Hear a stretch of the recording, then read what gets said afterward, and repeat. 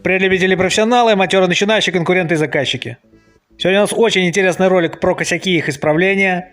Будет немного мистики или криминала, а также практически на коленях прошу помощи у тех, кто попадает в такие ситуации постоянно. Да ты, батюшка, только скажи, как А мы берем. Еще, ребят, хочу сказать, что в прошлом ролике ввел вас в небольшое заблуждение. Турбогиб стандарт оказался на 1000 дороже. Но если учесть, что к нему прилагался купон именно на эту сумму, то я думаю, ошибка будет небольшой. С дополнительными валами все посложнее, мне они достались бесплатно. Но вам, если они, конечно, будут вам необходимы, то придется доплатить. Но суть ролика, я думаю, не изменилась. Это очень хороший турбогиб за небольшие деньги. Если добавить 4 шайбы или доработать за 20 минут, как я, то он будет просто шикарен. Так что, если будет интерес и время, я обязательно покажу вам, как сумел отбить этот турбогиб практически за день. Ну а пока, ребята, вернемся ровно на год назад. Прошлым летом я делал 2 пары вполне симпатичных ворот, они мелькают у меня даже в нескольких роликах. И самое интересное, что один из этих роликов называется «Как победить ржавчину». В общем, как говорится, ничего не предвещало беды. Поэтому зимой, когда я случайно столкнулся с заказчиком, я был уверен в себе и спокоен, как удав. И когда мне выкатили претензию, я даже не знал, как на нее реагировать. А суть претензии заключалась в том, что по низу ворот появились ржавые пятна. Немного отойдя от первого замешательства, начинаю задавать наводящие вопросы. То есть пятна появились, да, слущивание краски именно по нижней части. На внешней стороне почему-то, на внутренней нет, снизу тоже никаких дефектов. Обещаю заехать глянуть, и мы расходимся.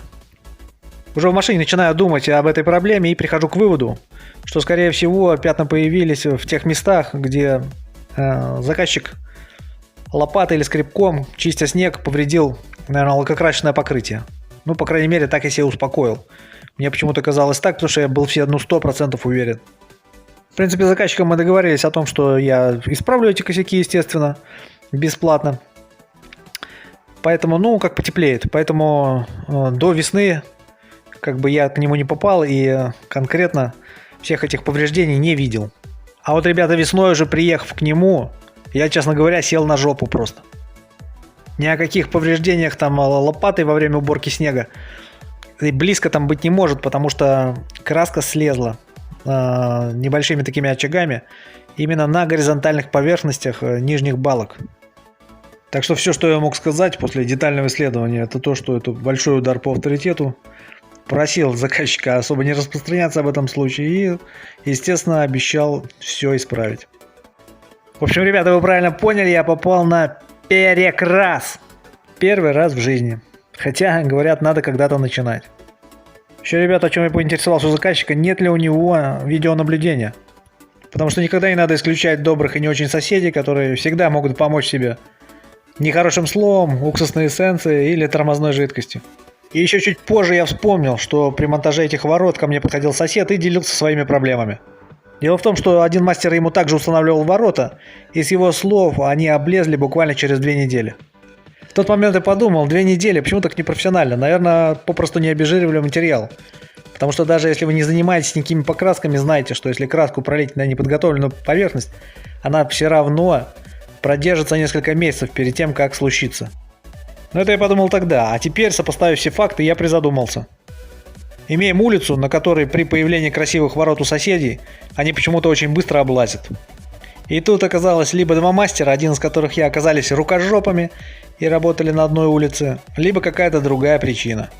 В первую, естественно, верить не хотелось, поэтому я стал прорабатывать для себя вторую версию. Ворота составил схему повреждений в надежде понять, если кто-то наотмашь лил какую-то гадость, то это бы было видно по расположению этих повреждений. К сожалению, момент, когда они только появились, был упущен, а так можно было простыми химическими опытами определить, были эти повреждения в результате попадания кислоты или щелочи. Поэтому химию скромно отложили в сторону. Наличие веселых соседей и дедуктивный метод также не помогут нам справиться с этим страшным словом «перекрас». Да и заказчик, если честно, мало интересует происхождение этих повреждений, его больше интересуют покрашенные ворота. Поэтому ворота были демонтированы по одной створке, с трудом всунуты в бус и привезены в мастерскую. Еще раз, ребят, повторяю, это мой первый перекрас, поэтому технология мне не отработана, повторять за мной не надо. С удовольствием бы послушал профессионалов, которые часто попадают на такие перекрасы, каким образом они выходит из сложившейся ситуации. Я же пошел таким путем. Сначала разобрал ворота, благо делал их не на клепках, а на саморезах, прям как чувствовал. Места повреждений зачистил коралловым диском. Никаких страшных очагов коррозии я не увидел, поэтому это еще больше убедило меня в том, что не коррозия вспучила краску, а наоборот. Краска была повреждена, и потом началась медленная ржавчина. Дальше на открытый металл я нанес состав что-то вроде цинкаря и оставил его на 24 часа. Даже потому, как он прореагировал, оказалось, что никакой там страшной ржавчины здесь и нет. После суток под этим составом я решил помыть ворота. Смоем грязь, жир, пыль и все остальное. Мойка у меня китайская, пеногенератор такой же. Но в принципе со своей задачей он справляется. Вместо пены применяю обыкновенный ферри. Пару минут даем поработать на шипении, и потом это все тщательно, очень тщательно смываем.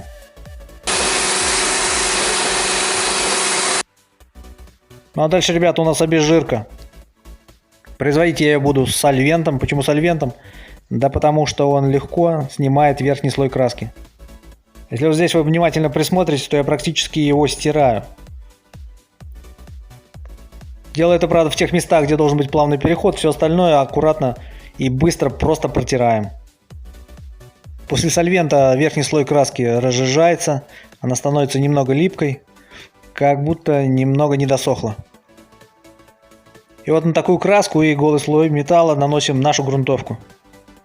Опять даем ей выстояться 24 часа и покрываем 2 слоя эмалью. Вот такой, ребята, у нас получился перекрас. Технология, к сожалению или к счастью, не отработана. Поэтому, если увидите в ней косяки, то обязательно пишите в комментариях. Хотя, я думаю, немногие захотят признаться в своих косяках, потому что, когда посмотришь чьи-то ролики, у всех все четко и гладко. Есть даже мега-блогеры, которые умудряются обходиться всего одним слоем, при этом наносят какую-то ширпотребную 3-копеечную краску 3 в 1, и она у них прекрасно держится, несмотря на сибирские морозы и ветра.